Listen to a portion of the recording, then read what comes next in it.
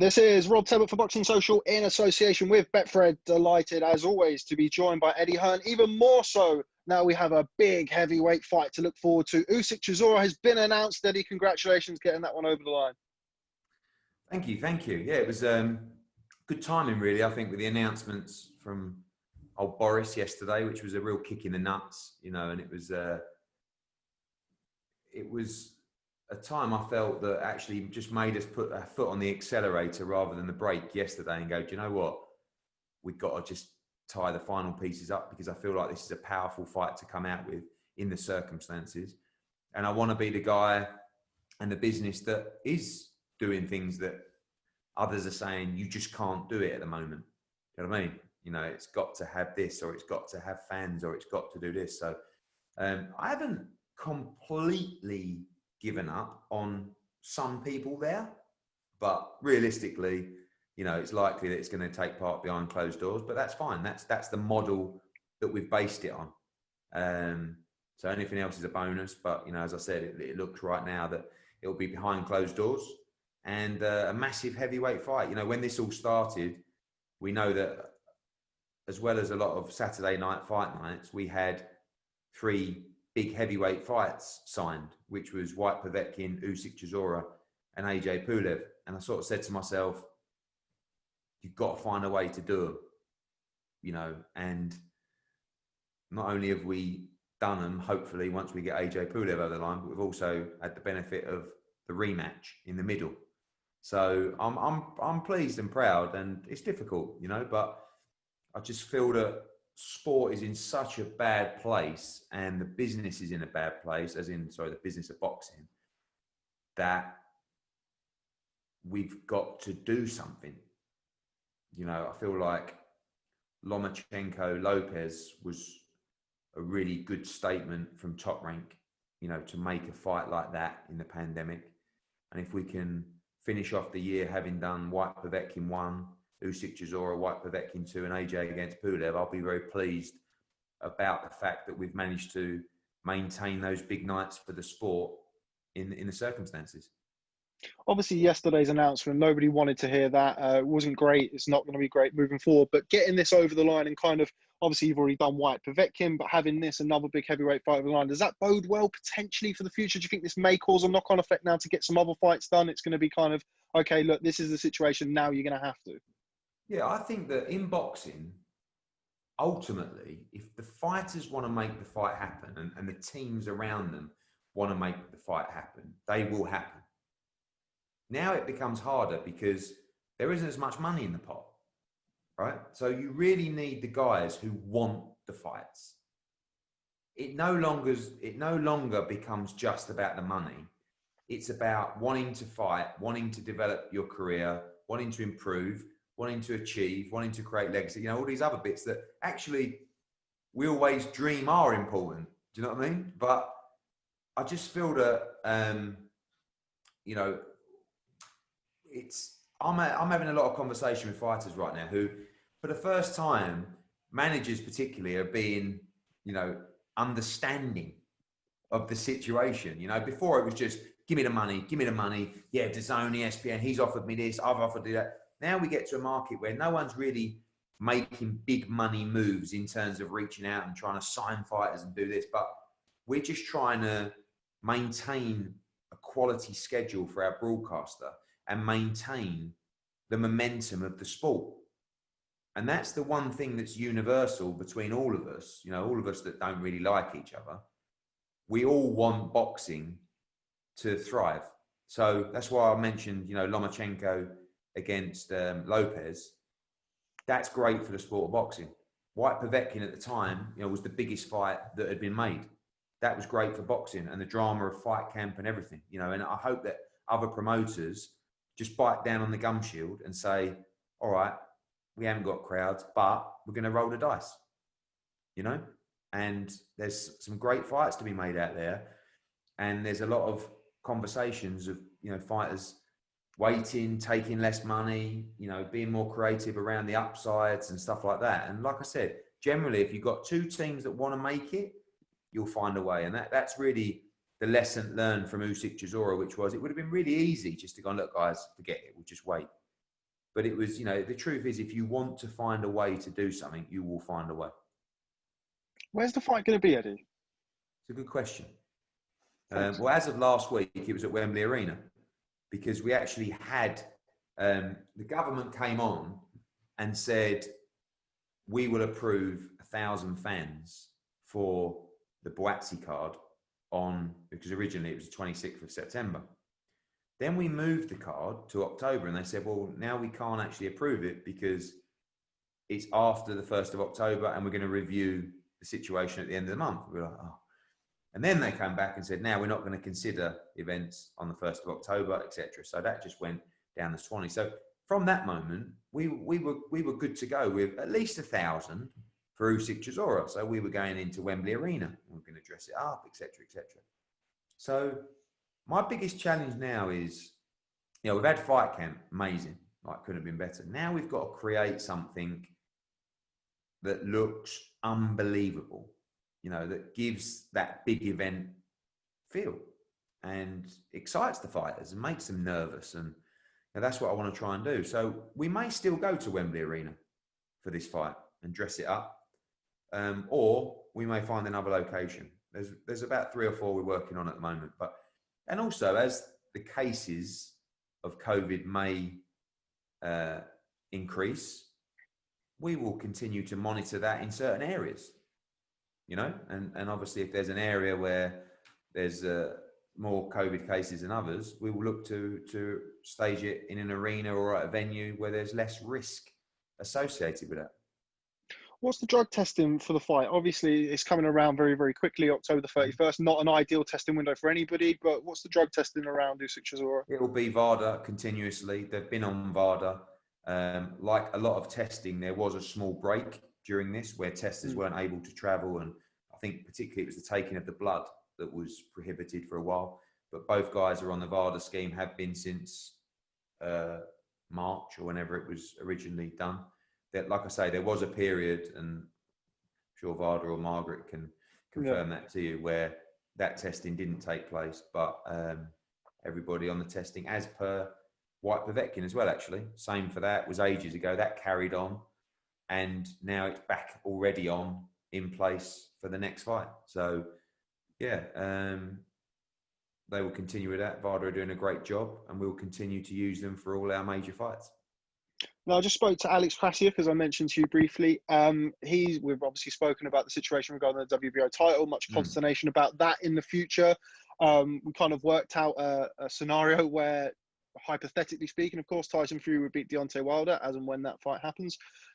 Anthony Joshua beats Pulev, Usyk beats Chisora, for example. He said that the next fight 100% will be for Usyk for the WBO World Heavyweight title. Anything comment on that? I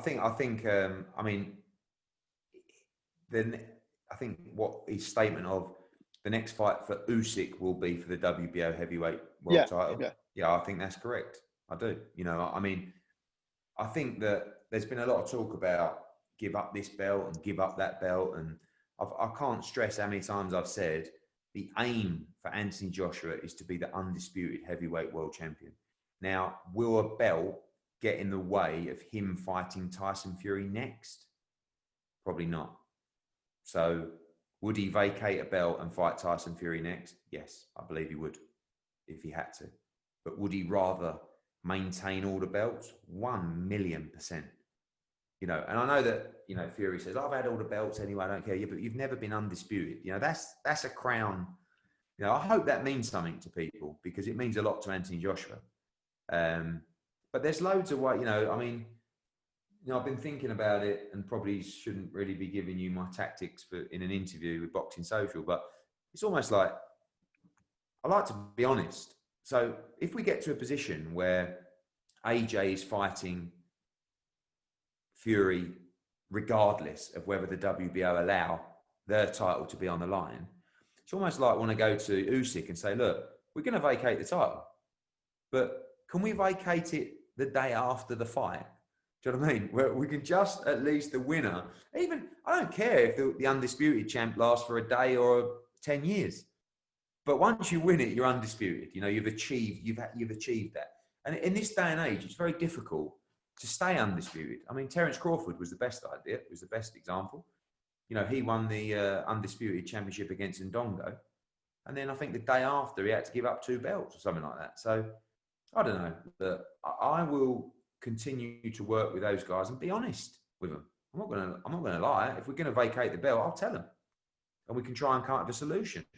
If that solution isn't for the benefit of Alexander Usyk's career, he won't do it.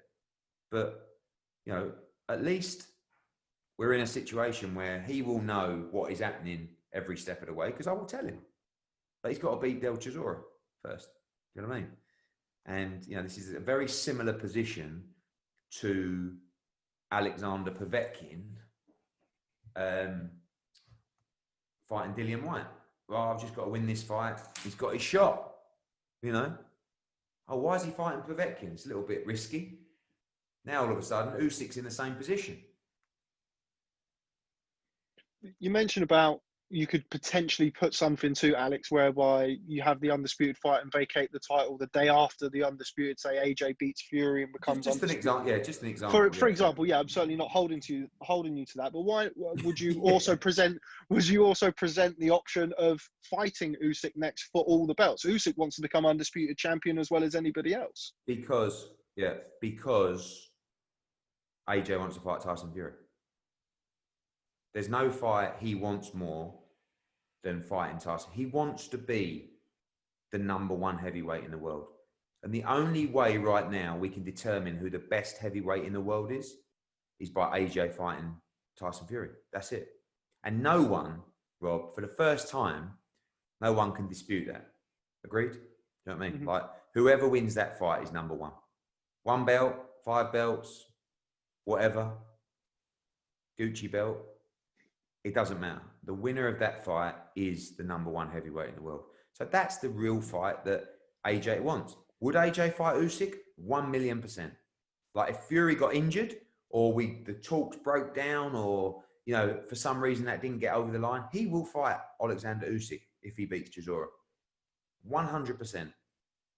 But I know he wants to fight Tyson Fury. And when I sit down with him after the Pulev fight and say, right, Fury or Usyk, he'll go Fury all day long. But if for any reason that can't happen, he will fight Usyk in a heartbeat. That's what I was sort of going with what you've said there. Again, it's all kind of so up in the air at the minute, as much as the things are in boxing. But kind of AJ getting to undisputed, the road to undisputed, you made no secret over the years about it. It would seem interesting, to say the least, if he got to undisputed and then was willing to vacate a belt the next day, rather than to keep that acclaim and that adulation as the #1. He'd love to keep it, but what I'm saying is, when you say to Usyk, AJ's going to do 2 fights with Fury, right? So I can't, you know, if they fight, I can't even lie to Usyk and say, okay, we'll fight you next. Don't worry. That's what a lot of people would do, Rob. I promise you'll get the winner, right? You're not going to get the winner because they're going to do 2 fights. So that would be the reason for vacating straight after. He would love to keep the Listen, if Usyk can wait for the 2 fights, he'll fight Usyk after. But Usyk won't want to, and he shouldn't. He's got the position. You know, he's not just going to roll over and go, oh yeah, go on then, boys, do what you want.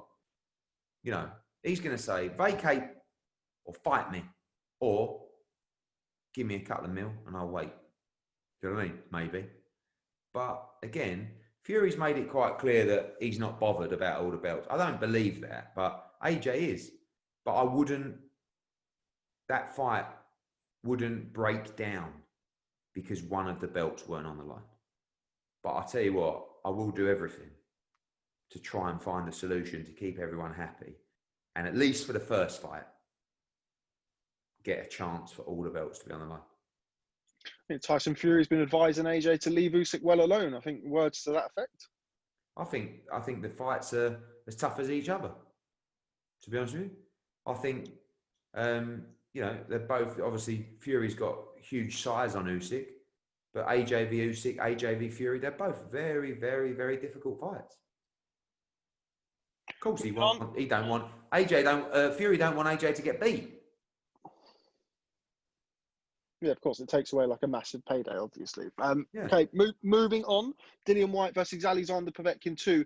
Drawn to a tweet from Matt Christie from Boxing News. He said he spoke to Robert Smith from the British Boxing Board of Control, who said that Dillian Whyte's medical suspension was 48 days and not the 28 days that was reported. Just comment on that for me. Yeah, I mean, the fight is 13 weeks after the first fight. So that suspension isn't really relevant to the scheduling of the next fight. I saw the same tweet from Matt Christie, you know, and he will only be approved once we receive the medicals. That's the same for every fight in the world. Do you know what I mean?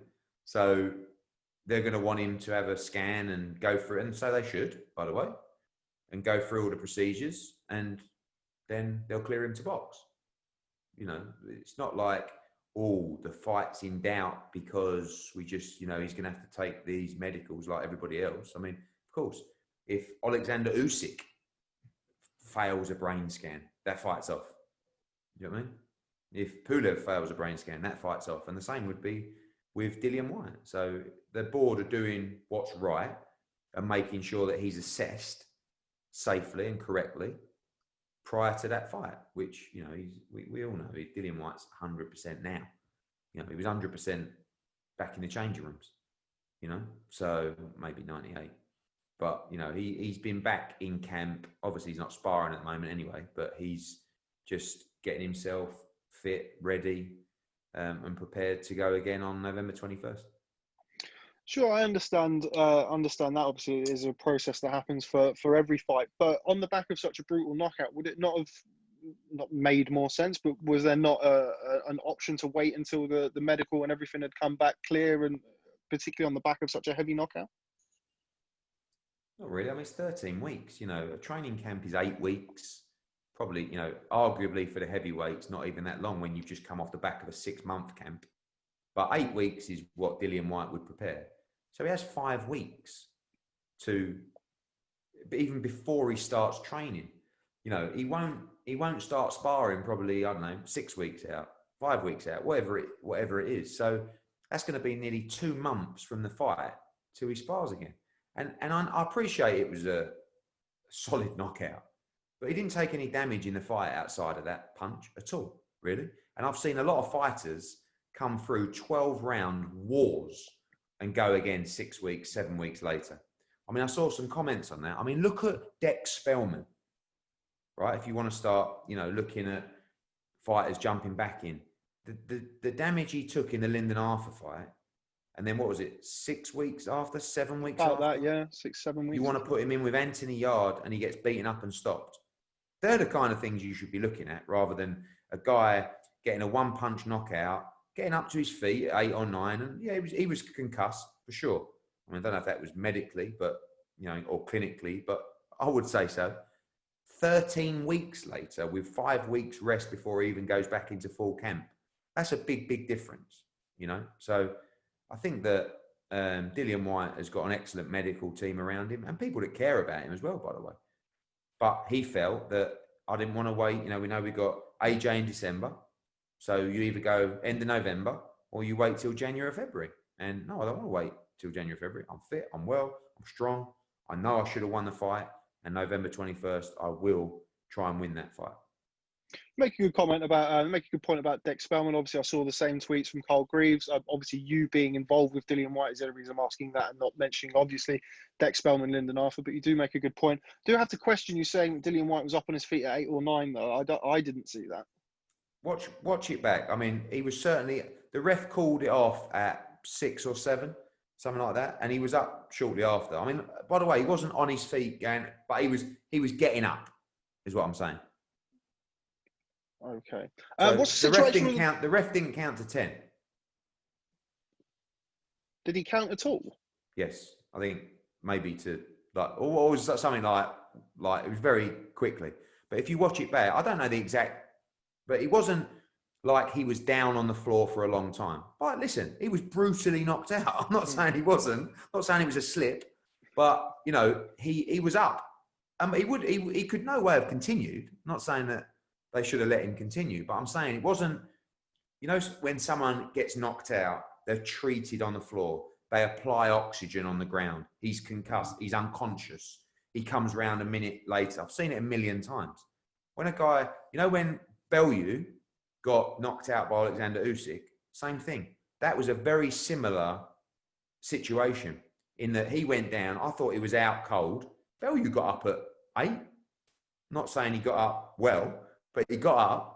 Do you know what I mean? And he tried to continue. And it was the same with Dillian Whyte. Doesn't mean, by the way, that he shouldn't have the suspension that he's been given. The board do a fantastic job. And by the way, I'm not having a go at Carl Greaves, because Carl Greaves cares about Dex Spellman, and he would never have let him in the ring if he wasn't okay to go in the ring. Do you know what I mean? But you can't sort of, all of a sudden look at one high-profile guy taking 13 weeks out, and then another situation in a TV fight, a guy that's just had a really tough fight, go back in 7 weeks later and fight a world-class fighter and then get stopped, So... Well, you mentioned kind of AJ going in December. Nobody runs pay-per-views in January. If it wasn't for those two facts, do you think there would have been a slightly longer delay between the first and second fight? Because of the mandatory position. He wants to take this fight before Wilder Fury. Because he wants to win this fight and then stick it back on the WBC and say, come on, when's my date? I want my date. And if he waited, a lot of other stuff would get approved while he was waiting for his fight. What indications have you had from the WBC with regards to the mandatory situation? Nothing. I mean, I think obviously it's probably done them a bit of a favour from the respect of they will say, oh, yeah, there's no exact timing yet now, but that's not actually how the rules should work. The mandatory should come when the mandatory is due. Now, we know that the mandatory was due for a long time for Dillian Whyte. So that pressure was there for the WBC for it to happen sooner rather than later.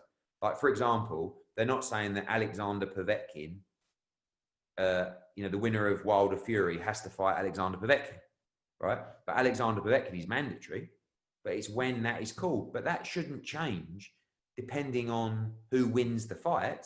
The mandatory is due when the mandatory is due. That's the rules. So the mandatory is due for the WBC world title, but they haven't called it yet. So after this fight on November 21st, will they call the mandatory? We shall find out. But Dillian, and he's right in thinking this, has got a lot more chance of that mandatory being called sooner rather than later if he wins against Povetkin prior to Wilder against Fury. He's got more of a chance, as you rightly say, but nothing ironclad at this point. No, is that a risk in itself? Yeah.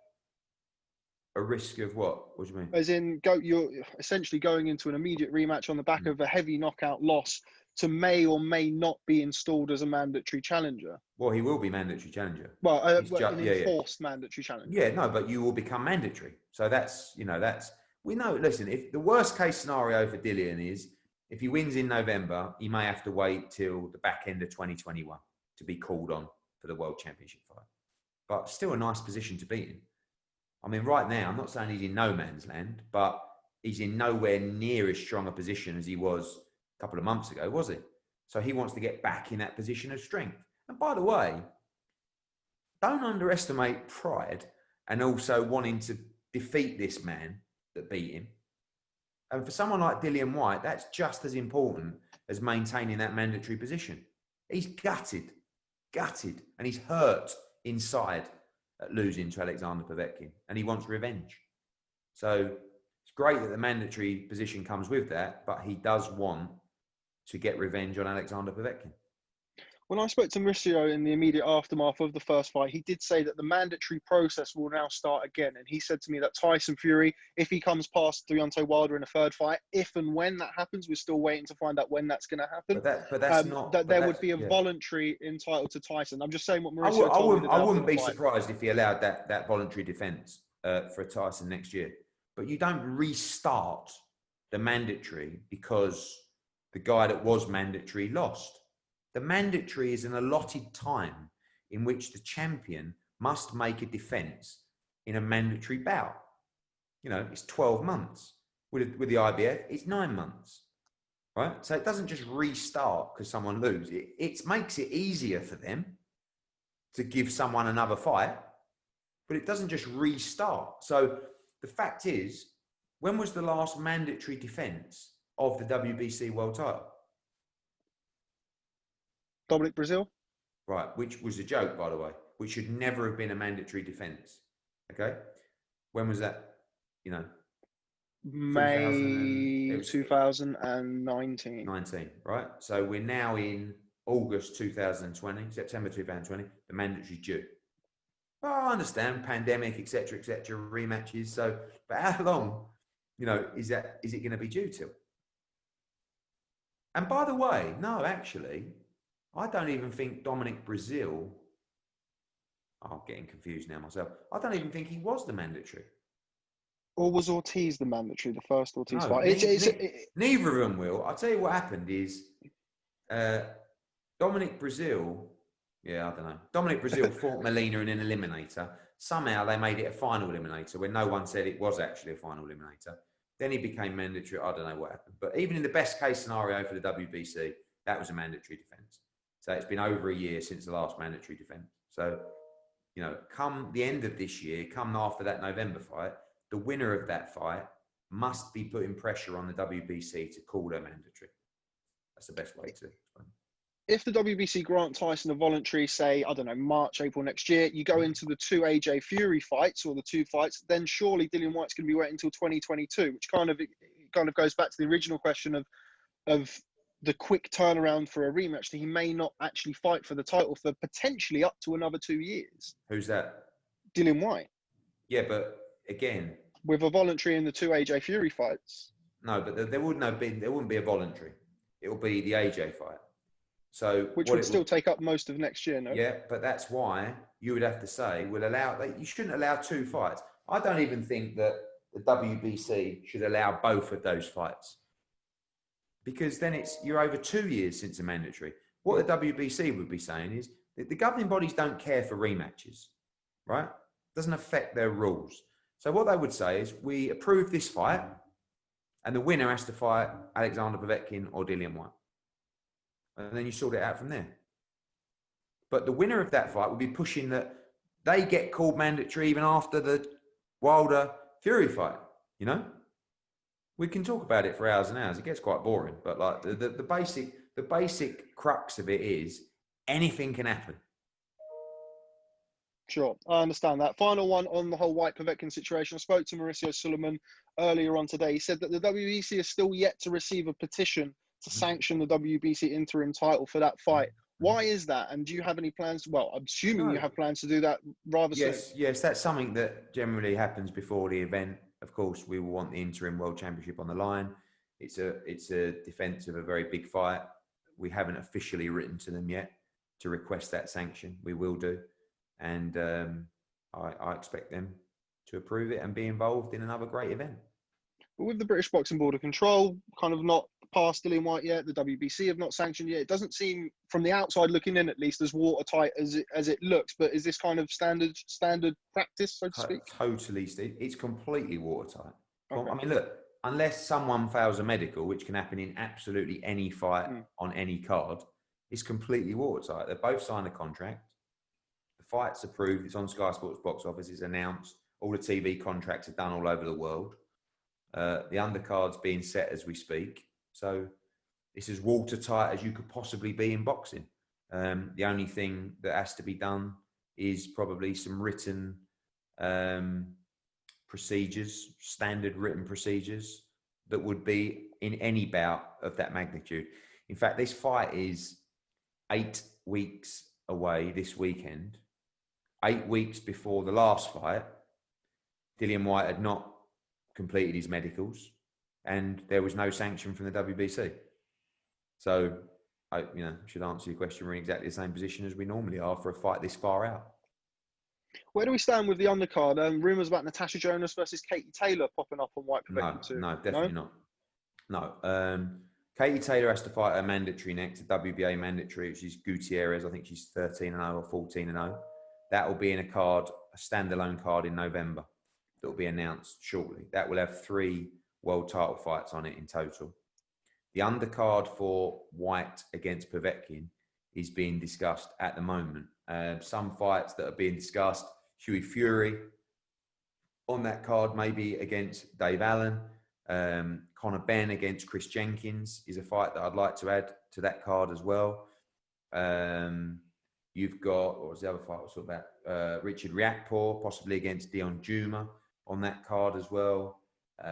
John Ryder looks like he's got the final eliminator shot against either Chudinov or Lemieux. That's a fight that I'd like to add to that card as well. So it's really given us those two cards, Usyk-Chisora and Whyte-Povetkin. One of the reasons it's so important to make fights like that is because it gives us space to get the other fights out, you know, because we're very limited at the moment with what we can do. So that gives me more space, more opportunity for our fighters to get them out. Fabio Wardley will be on that card as well. And yeah, so forth. So it's now October 31st, we have to build that card, and that card's only in 6 weeks. You know what I mean? Selby Cambosis looks like it may get a slot on that card as well. Dave Allen, if he doesn't fight Hughie Fury, may fight on that card. What's the other fight I was thinking about? Yeah, Tommy McCarthy for the European title. You're right there, Rob. Yeah, sorry, I'm just having to move room. I need to get my charger. Carry on. Okay. Yeah, so that's really the job that I've been doing today, really. And the job for the rest of the week is to finalise particularly those two cards. You mentioned Richard Riakporhe against Dion Juma for the British title. I heard rumours that Richard Riakporhe might be vacating that title, could be contested by Chris Billam-Smith and Dion Juma. Is there any truth to that? There is truth to that. So because of his position in the WBA, there is an opportunity for him to fight a world title eliminator. He wants to fight Dion Juma because, you know, not bad blood, but like a little bit of needle. But if he does get the opportunity to fight a big world level fight, he will take that fight. And I spoke to Steve Goodwin last night, and I spoke to Jake McGuigan and said, do you want to make that fight if Richard gets the world title eliminator? And they said, yes, absolutely. So Riakporhe Juma is a really good fight. So is Billam-Smith against Juma. I believe they've got history from the amateurs together. I think Juma beat him in the amateurs. Juma beat him, yeah. That fight could well land on the November 21 card. Either way, Riakporhe, Juma, Billam-Smith, Juma, and Riakporhe will be going around the same time. Where are we at the minute with Aj-Pulev, Eddie? Obviously, the announcement yesterday, as I kind of mentioned, sort of forced everybody's hand a little bit. Do you still, I mean, you said you harbored some small hopes about getting people in for Usyk-Chisora, so I'm assuming that's going to be the same moving forward for AJ. Yeah, I mean, we acknowledge that there is a chance that AJ would have to fight behind closed doors, right? Strange, but it will happen. Like, we're going to fight this year. So, as much as we hope for fans for Usyk-Chisora, we know it's unlikely, but I would like to think there's a good chance that by December 12th, blimey, if not, we might as well pack up and go home, that we can't get anybody in, then we have to deal with that situation. So, you know, we have a deal being papered at the moment with Pulev that everybody's on the same page as.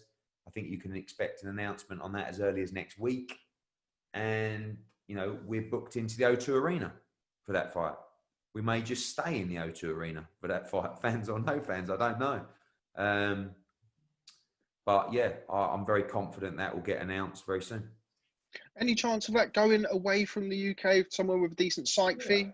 I mean, that would be nice. Do you know what I mean? Like, my whole aim for that fight was to do it in the UK. If there's no fans at all, it don't really matter where the fight is. The problem is, Rob, is everyone wants to do stuff, but no one has, it's not even has the confidence, because it wouldn't be sensible to commit to a significant investment without knowing whether that can actually even happen or not, you know? So like, if you look at Saudi, for example, the cases are dropping. A couple of weeks later, they might be up through the roof again, you know?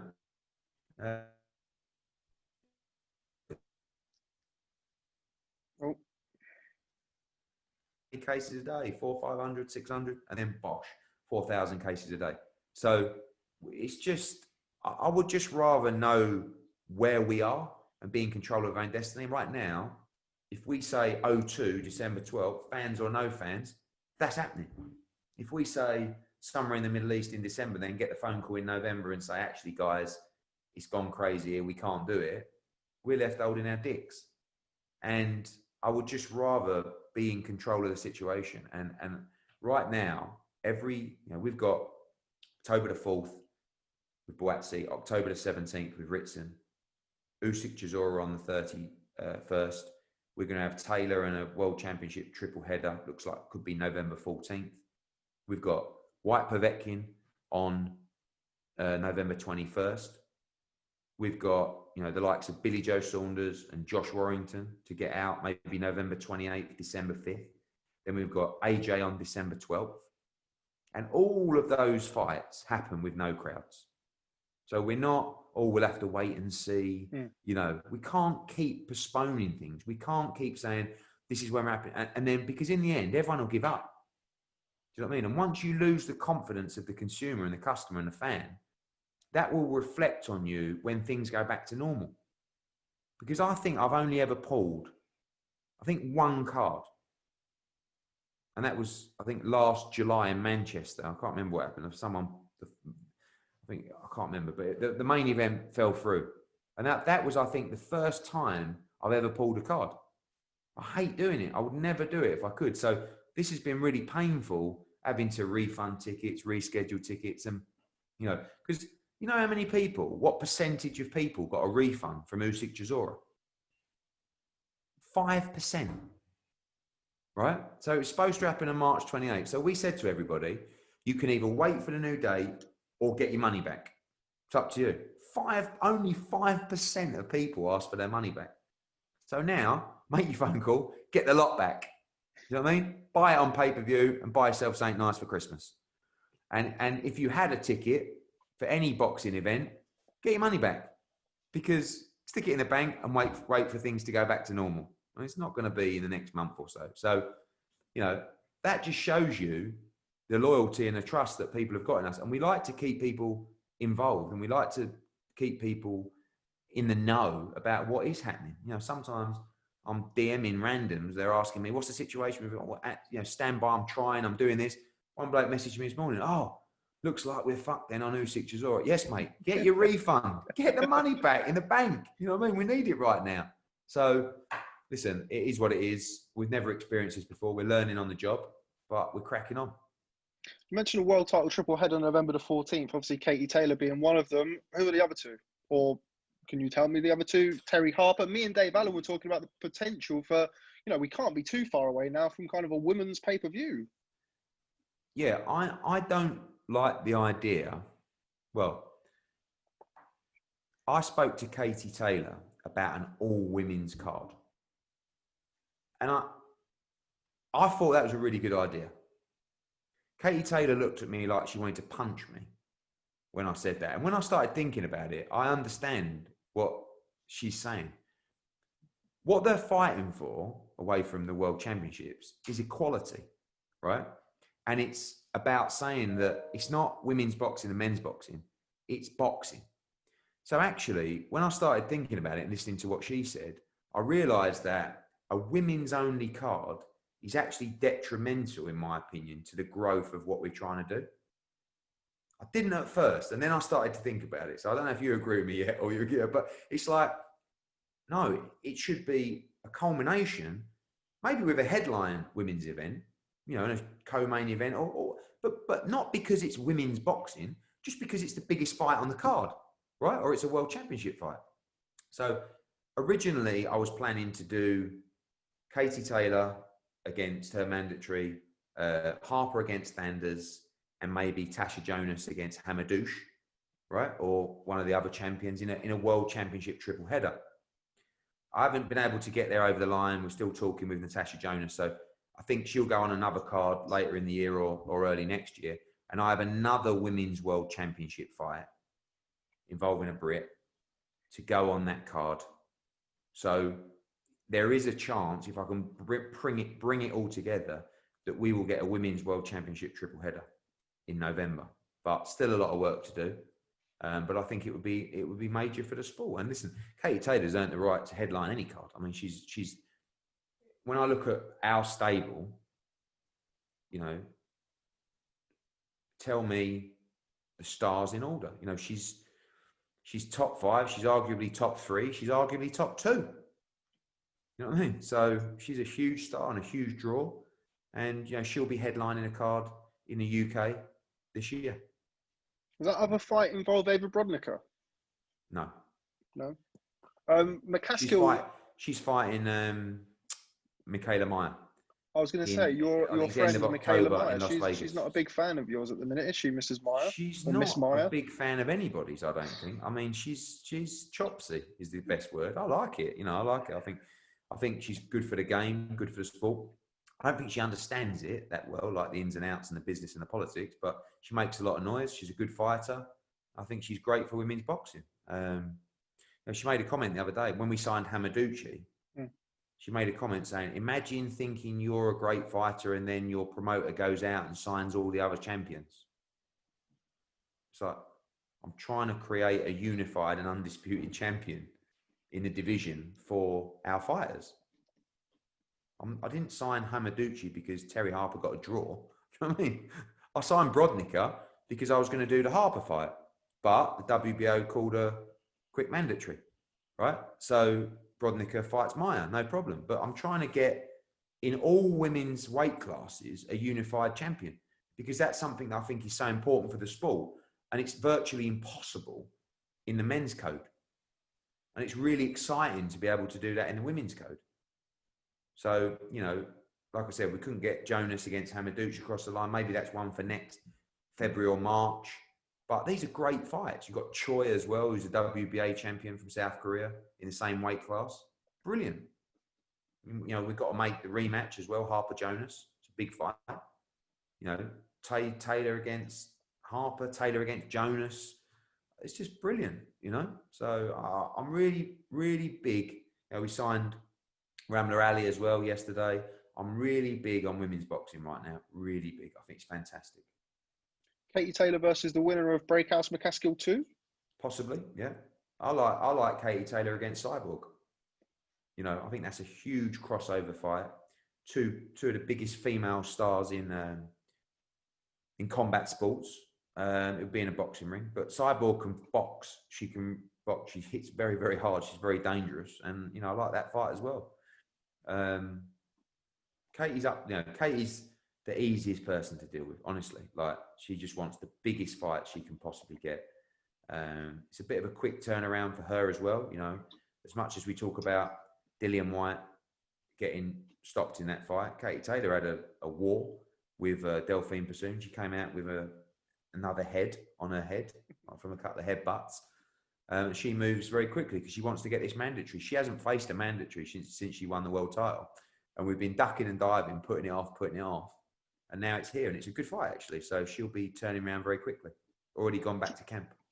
Going to try and rattle through these, Eddie. I appreciate your time today. I'm sure you're very busy with the announcement. You mentioned Billy Joe Saunders a couple of days ago. We were kind of welcomed by the news that he'd left Ben Davison and gone to train with Mark Tibbs. Just your thoughts on that? I'm not overly involved with Billy Joe Saunders' training. I think Ben Davison's a very good trainer. I think Mark Tibbs is an excellent trainer as well. I think it's whatever makes you happy, really. You know, I'm going to see Billy tomorrow, actually. He trains half an hour from me. So I'm going to go and see him and have a chat.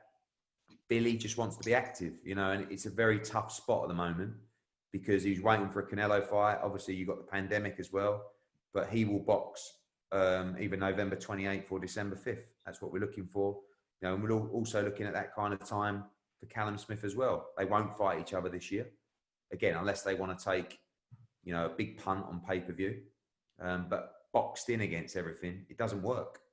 So I would rather see those guys active. You know, I was in Conor Ben and John Ryder were in here half an hour ago with Tony Sims. I just said, if I'm a fighter right now, I'm just thinking, get out, get paid, progress, learn, fuck off for Christmas. And hopefully when I wake up, the world's back to normal. That would be my mentality as a fighter right now, you know, because there's a lot of fighters that haven't boxed for over a year. You know, you look at those small hall guys, they ain't going to fight this year. No way. You know? So if I'm a fighter, I'm thinking, get out, get paid, you know, learn, progress my career and have a nice Christmas and then come back. And like I said, hopefully next year we're back to normal. Mentioned Callum Smith. We did an interview with Liam Smith where he said that he could see Callum Smith potentially walking away from the sport. Yeah, I think that Callum's, you know, when you look at what Callum's achieved, I would hate to see that because, you know, he's won a world title, he's run the Ring Magazine Championship, he's defended it, but he hasn't achieved anywhere near what he would like to have achieved after he beat George Groves. Do you know what I mean? So when he won that fight, the aspirations were unify, the aspirations were move up a division, become a 2-weight world champion. And I would hope that he still has that hunger. But he has achieved a lot. He has made a lot of money.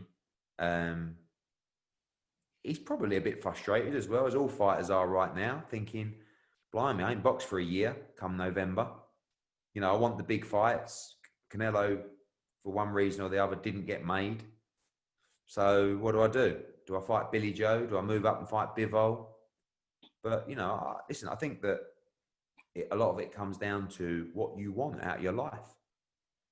You know, he's built a fantastic life for himself now. He's got a lovely missus, got a beautiful young daughter. He's got the Super WBA championship. He's the Ring Magazine champion. He could walk away from the sport unscathed. You know, he's hardly been in a physical fight, really, like a really physical fight.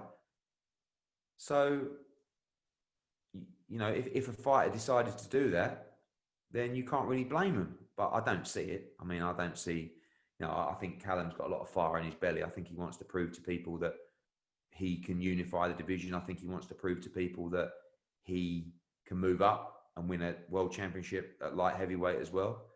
And I think he'll land a super fight in the first half of next year as well. So I certainly don't see him moving away from the sport.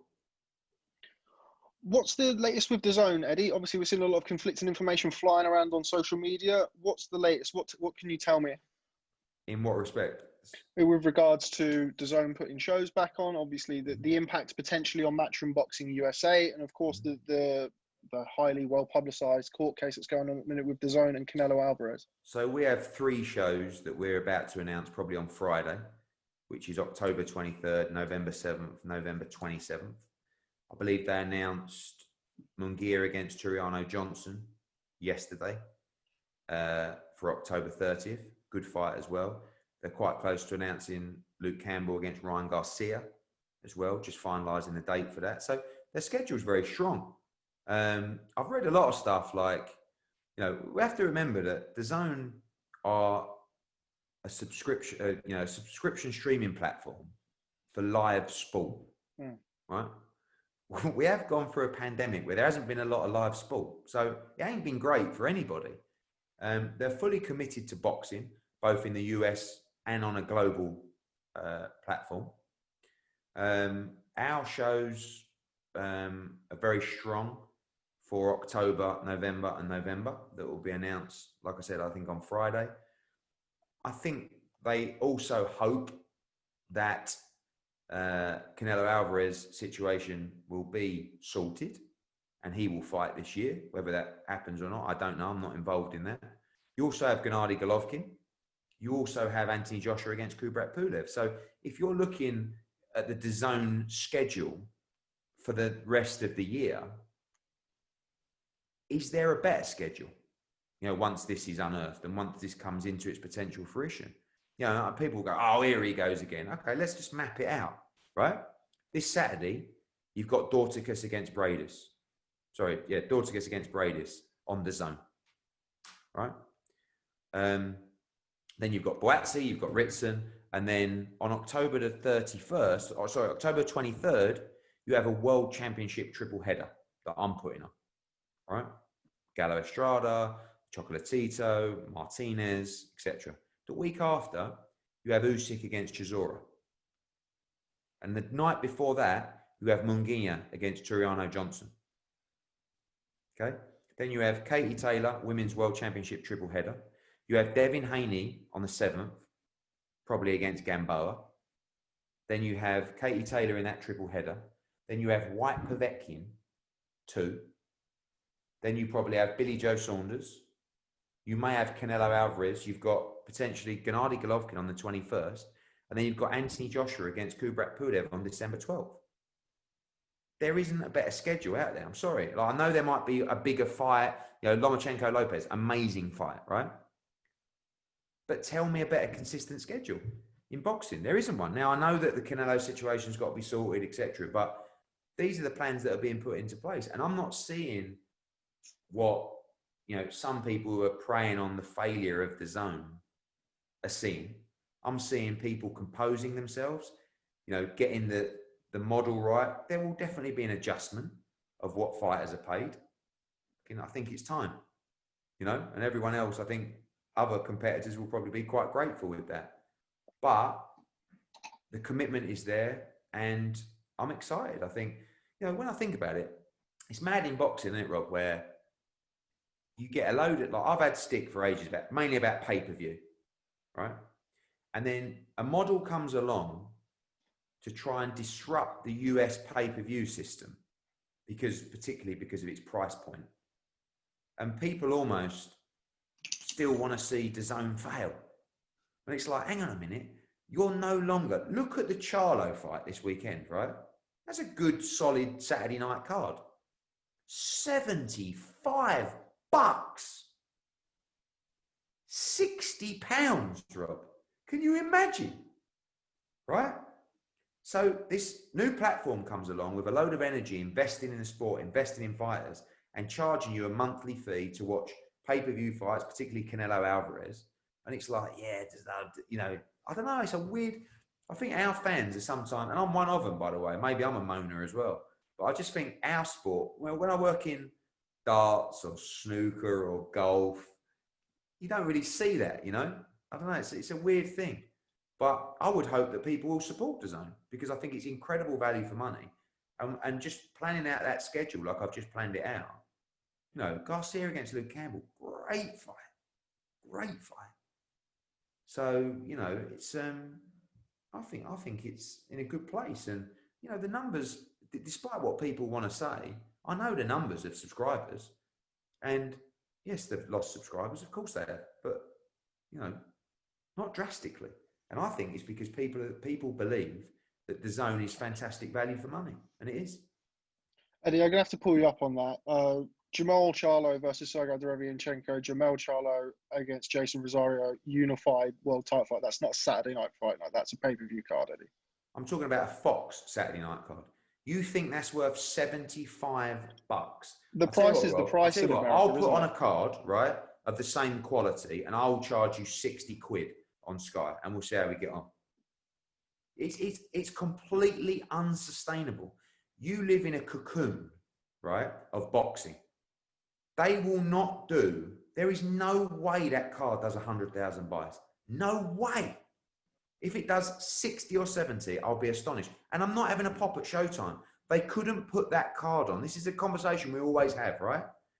You can't put that card on without it being on pay-per-view. So I get it. But I'm not even having a pop at the value of that $75 versus the value of, I don't know, Gervonta against Leo Santa Cruz for $75. I'm just talking about $75. We're in a global recession, right? What good is a card like that doing 60 or 70,000 buys for boxing?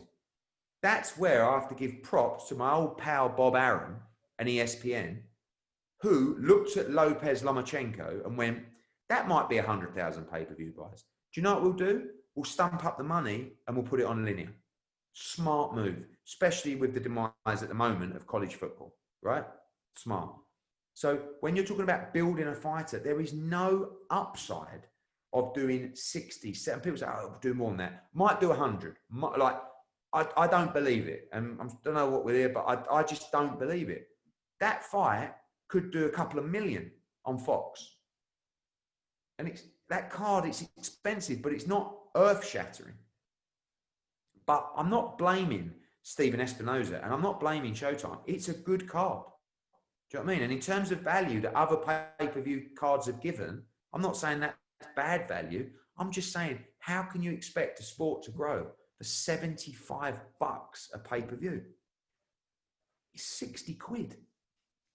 You know, for 60 quid, for less than 60 quid, you can watch Usyk-Chisora, Whyte-Povetkin II, AJ against Pulev, and all the cards combined in the UK. You know? So AJ-Pulev definitely for DAZN. Obviously, AJ doesn't have the exclusive deal with DAZN as we've spoken about in the past. Yeah, it'll be on there. But I'm not. But I was talking about the Sky pay-per-view. Sure. Well. Yeah, no. So I'm saying, no. Look, for all those. Now you're talking about September, October, November, December. You're talking about $80 on DAZN. You know, even if you start from October, right? October, November, December, $60 on DAZN. You get to watch Whyte-Povetkin II. You get to watch Usyk-Chisora. You get to watch Aj-Pulev. You probably get to see Canelo, Triple G. You get to see all our UK cards. You get to see the World Boxing Super Series final, Dorticus. You get to see Munguia against Johnson, Ryan Garcia against Luke Campbell.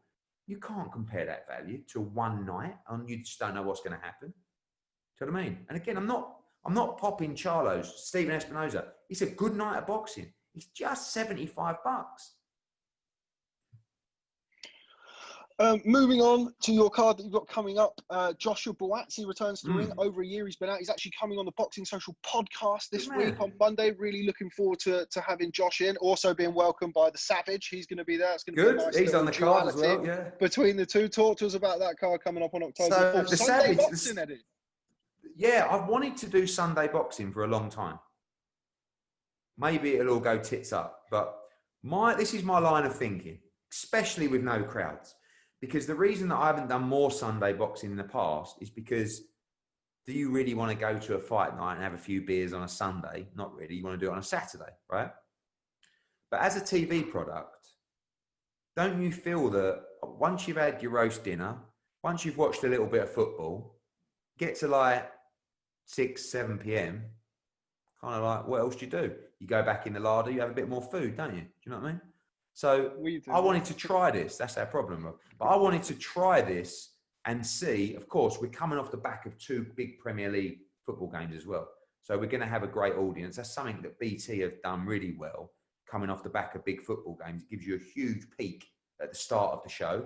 And hopefully you can continue that forward. And it's good news for the fighters because you're driving a bigger audience to their fights. And that's important with someone like Joshua Buatsi because I see him as a real focal point of our future in British boxing. So Savage actually has played a big part in that card because it's an interesting story. You're looking a bit like a Savage as well, right? So I needed an opponent for Joshua Buatsi, and it's a difficult one because he's been out for a year, right? But he's also very good, and it's important that we get him someone solid, credible, but most of all, someone that comes to win, right? So we get an approach from Marko Kalic. Now, I know Marko Kalic from the World Series of Boxing. I remember him from the amateurs. Good amateur. I think he's 13 now as a pro. But he's from Croatia, right? So I thought, who can I just make sure that this guy is the real deal? The Savage, right? The Savage is from Croatia. So I DM'd the Savage, right, on Instagram, just to find out that Marko Kalic was a quality fighter. So the Savage says, let's get him up here. The Savage goes, I said, Savage, hope all is well, my man.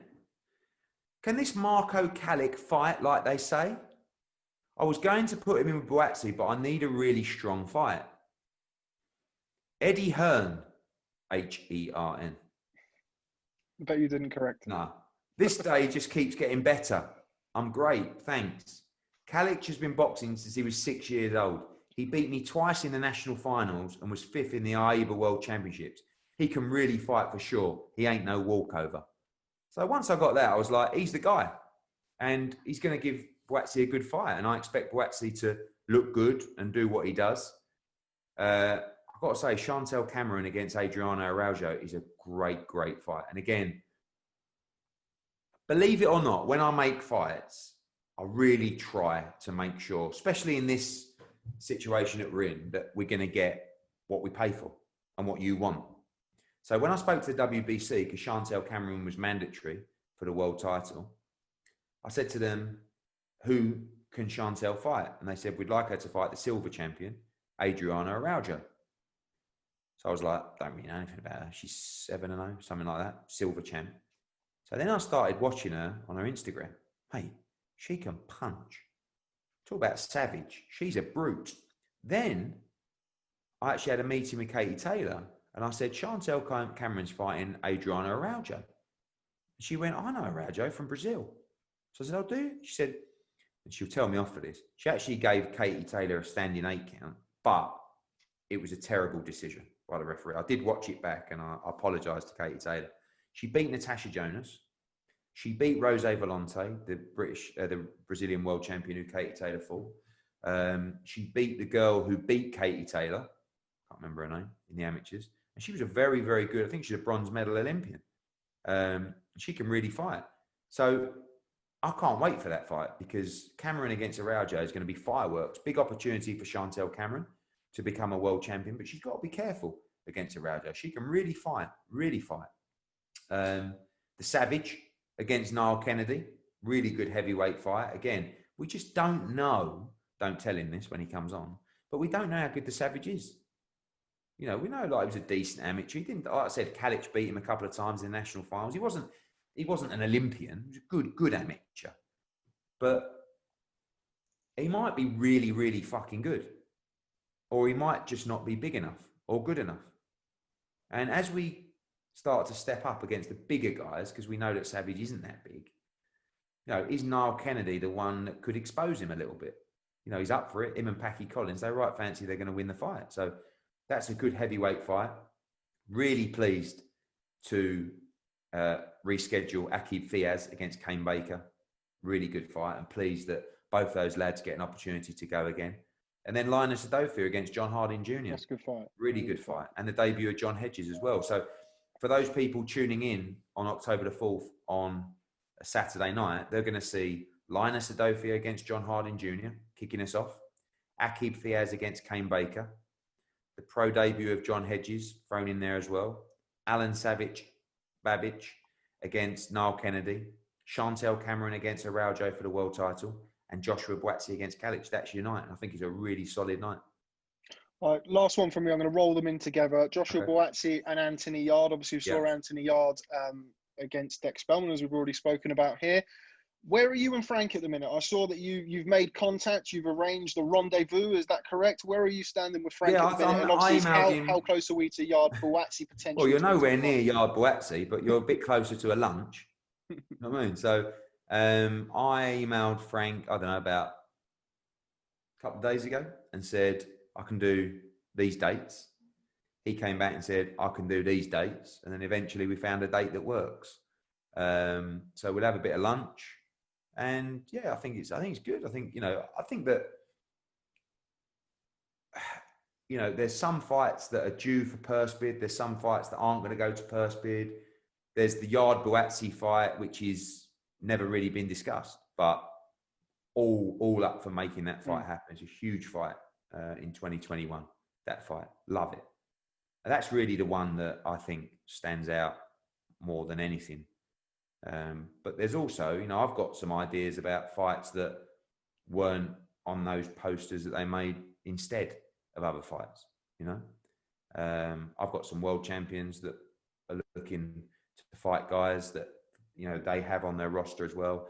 I've got some other guys who are on the verge of fighting for world championships that could fight some of their guys. So, you know, some fights work for some people, some fights work for you don't. But, you know, I think that, again, right now the focus is on our own business. You know, it's very, very difficult at the moment. So this is something for 2021, but it's good that, you know, we can at least have a chat.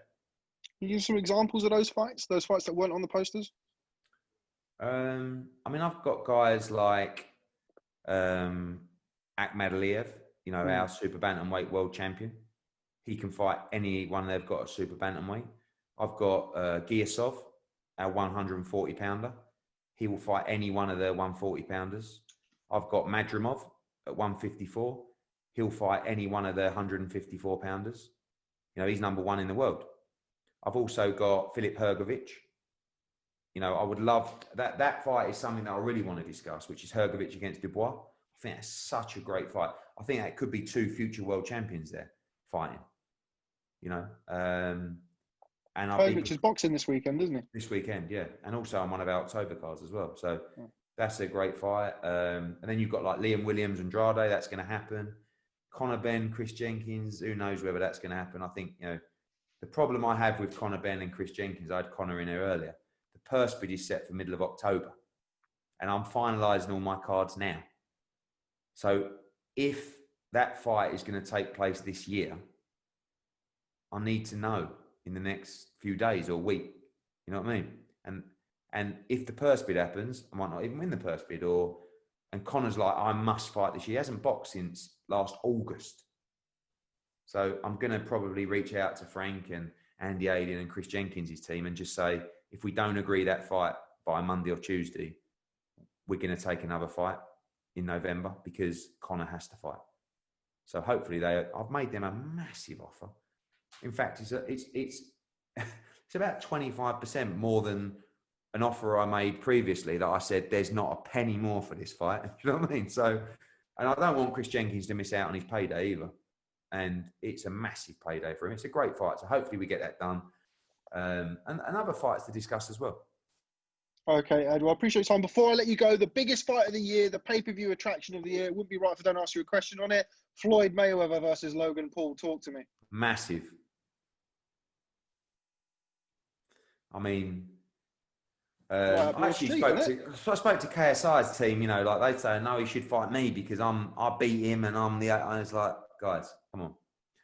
It's just, you know, YouTuber against YouTuber, 50-50 fight. Okay, I'm all in. Floyd against a YouTuber? No. I think it's all a load of bollocks, to be honest with you. I'm sure that someone speaking to someone who knows someone that could put it together. Don't hold your breath. I think no chance. This is right up your street, Eddie. Don't tell me you wouldn't have a bit of that on your own. You know. I hope you're lying, right? Because look, we all know I love a pound note, right? And we all know I love doing something a little bit quirky. But even you, Tebbert, I think believes that that's not for me. Really? No, do you think that little of me? Seriously. No comment, but I've taken up enough of your time today. Thanks, Eddie. Really appreciate it. Congratulations on another marquee fight at a time where it's really, really difficult for you promoters to do business. As a boxing fan, I appreciate it, and I know a lot of others do as well. Thanks very much for speaking to Boxing Social. No worries. Cheers, guys. Cheers, Ed.